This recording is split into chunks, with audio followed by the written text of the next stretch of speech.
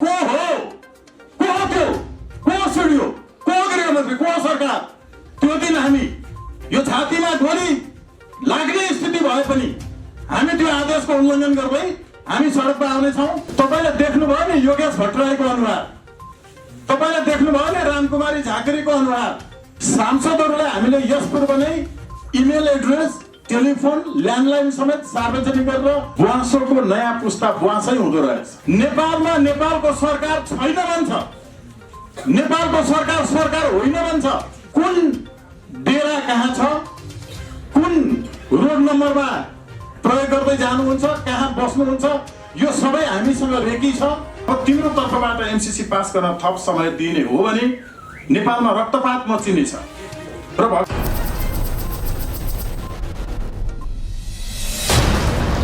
मञ्चासीन अग्रज विद्वत व्यक्तित्वहरू, आदरणीय नेतृत्ववर्ग,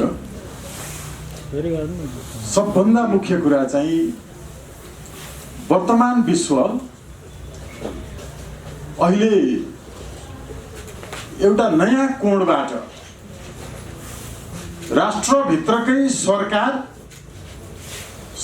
चलाउनेहरू विदेशी तत्त्वसँग मिले वा विदेशी सरकारहरूसँग मिले भने नागरिकको तहबाट हुने विद्रोह कस्ता कस्ता प्रकृतिका हुने गरेका छन् भन्ने बुझ्न जरुरी छ। पत्रकार साथीहरू,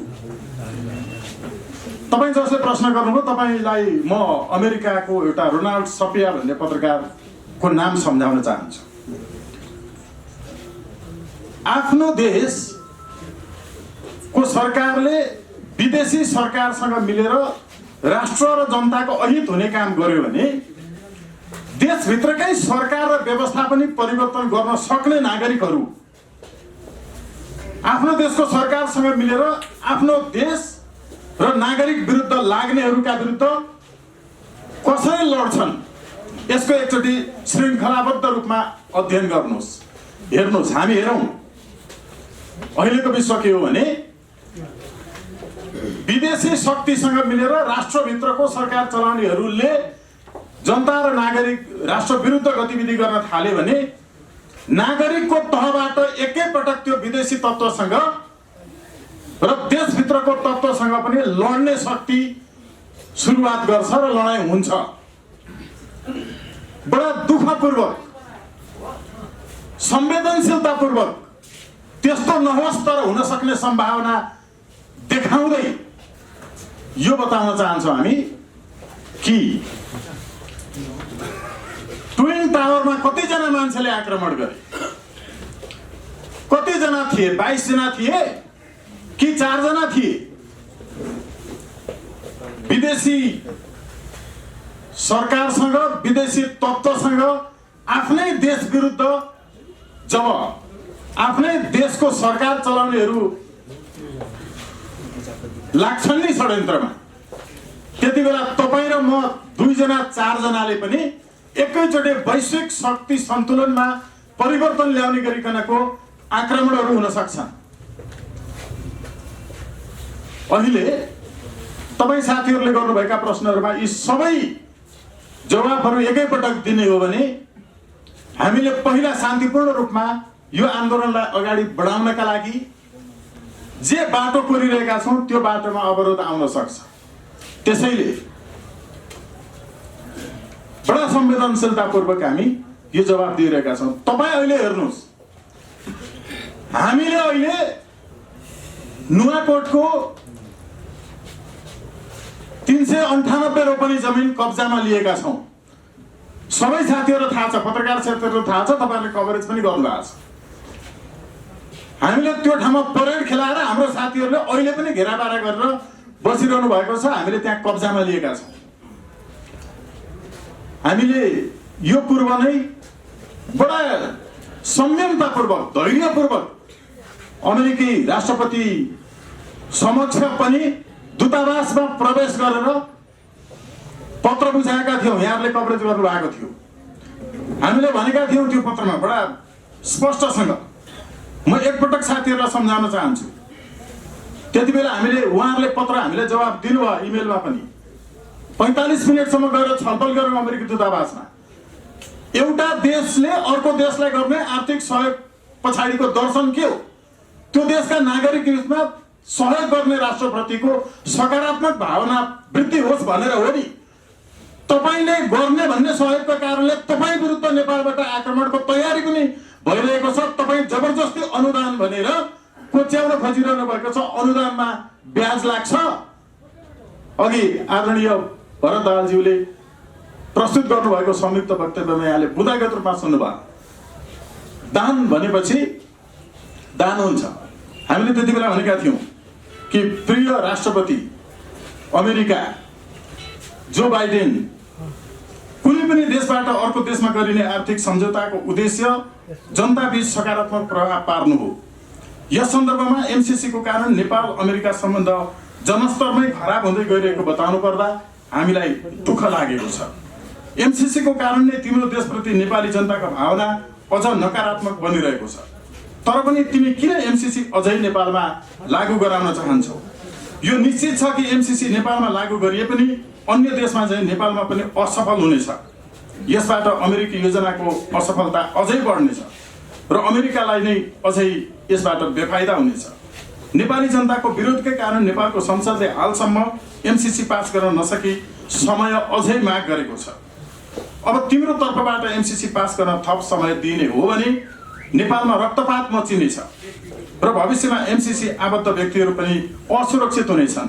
तिम्रा कर्मचारीहरू असुरक्षित हुनेछन् र एमसीसी का कर्मचारीहरू नेपालमा असुरक्षित हुनेछन्। त्यसैले एमसीसी नेपालमा लागू नगर्नु अनुरोध सहित सही सम्बन्धका लागि नेपाली जनताको तर्फबाट हामी सबै यहाँ उपस्थितहरू तपाईलाई आग्रह गर्दछौँ र यो अनुरोध गर्दछौँ। विश्वास छ तिमीले आफ्नो हितको रक्षा गर्नेछौ।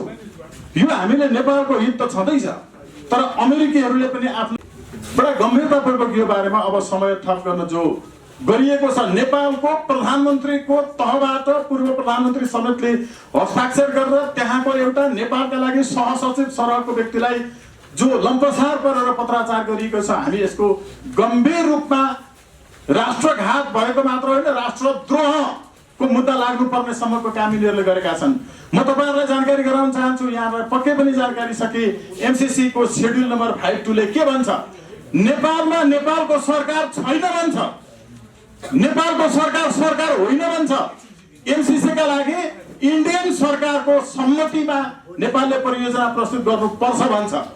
Nepal has to submit the project report in consent of the government of India.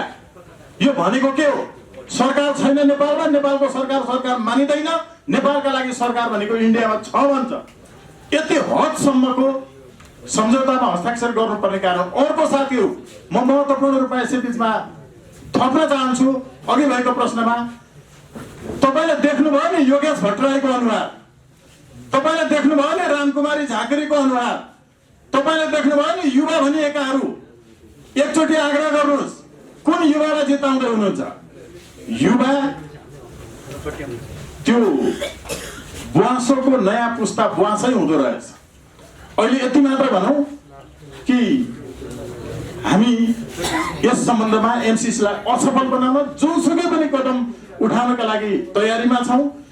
यो अब एमसीसी पास गर्नका लागि संसदको कार्यसूचीमा आउने दिन त्यो आइसकेपछि जुनसुकै कदम भने के? यो भनेको के हो भने सांसदहरूलाई हामीले यस पूर्व नै इमेल एड्रेस, टेलिफोन, ल्यान्डलाइन समेत सार्वजनिक गरेर नागरिकहरूलाई आफूले मतदान गरेको सांसदलाई एमसीसी का पक्षमा मतदान नगर्न, पास नगर्नका लागि आह्वान गर्नुहोस् भनेर नागरिकलाई गरेका छौं।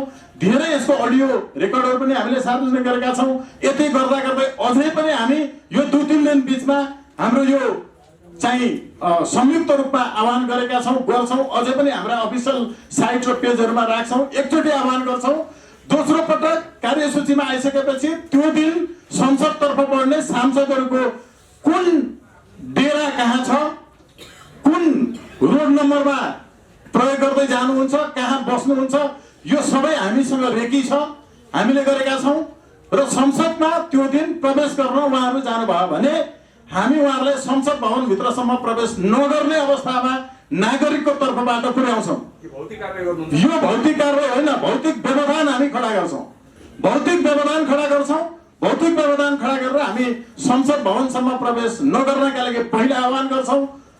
प्रवेश गर्ने स्थिति रह्यो भने त्यो दिन हामी व्यवधान गर्छौँ र नेपालमा एमसीसी को कर्मचारीहरू अहिले एमसीए का कार्यालयमा जति आबद्ध कर्मचारी छन् ती कर्मचारीहरूलाई तत्काल जागिर छोड्न आह्वान गर्छौँ।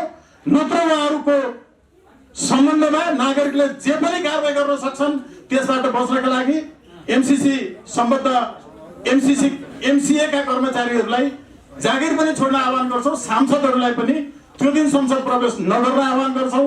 गर्ने जबरजस्ती भयो भने त्यसमा भौतिक व्यवधान खडा हुनेछ। सभा समारोह जुलुस नगर्नु भनेर प्रतिबन्ध लगाएको छ।